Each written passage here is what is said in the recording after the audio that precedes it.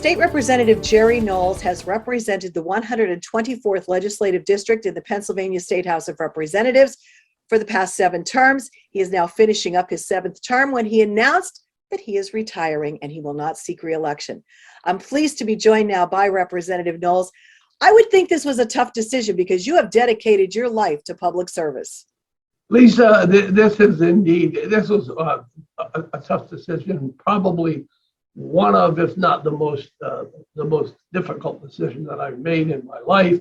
My career has been one of public service, which I truly have enjoyed. I always say to people, how many people can say that they were a policeman, they were a volunteer firefighter for 40 years. I served as a borough councilman, I served as a mayor, I served as a county commissioner, and now I just served 7 terms as a state representative. And what a joy it's been. I've loved public service. I continue to love public service, but it's been a great run. So now as you look back over your term in office at the State House of Representatives, any issues that you're proud of how you stood on them or continue to stand on them? My love in terms of public service is my tenure as a volunteer firefighter, as an active volunteer firefighter. And I just tried to do as much as I could in Harrisburg to help our volunteers. We have a dying breed, and we need to make certain. I had done some bills. One bill that if you merged and it was a result of the merger up in McAdoo, up in the McAdoo area where they merged fire companies, so that you would continue to get the 2 grants that you apply for every year for at least 10 years. And that was an incentive for volunteer fire companies to merge. And I think that McAdoo, the McAdoo area with the Keystone, I believe, in Tresco, it was just a great thing that they did. And I worked on that with Chief Leschko. And I love firefighters. I love policemen. But, when you get into the legislature, everybody kind of picks a niche that they really like and enjoy.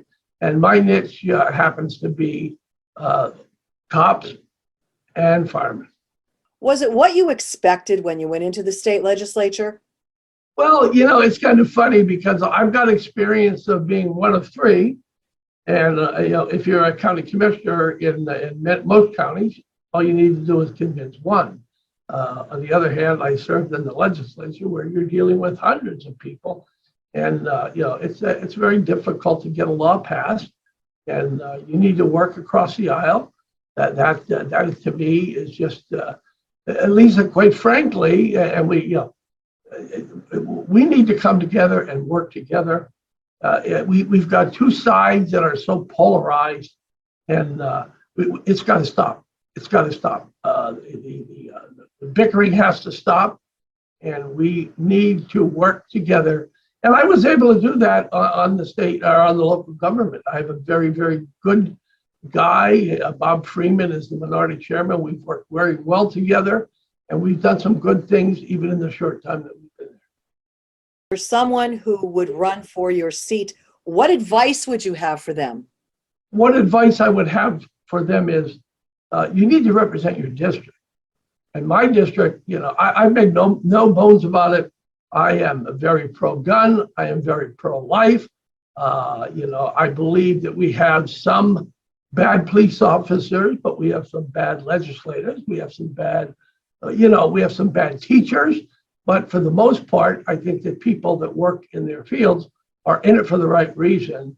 And, I got to tell you, I worked with a lot of good people in my life as a I don't know what you call it, politician or an elected official or a public servant, but I find that 99% of the people in local government, in county government, and state government are there for the right reasons.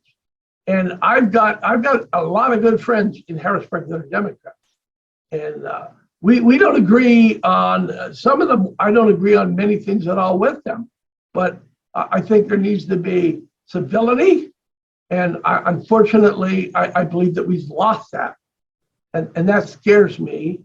And that we need to be, we need to be civil to each other. We need to respect each other's views. That doesn't mean that we have to agree with them, Today's news feature is brought to you by Hampton Inn by Hilton Hazleton. Looking for a night away in the Cunningham Valley? Book your stay vacation today at Hampton Inn by Hilton Hazleton by calling 570-454-3449.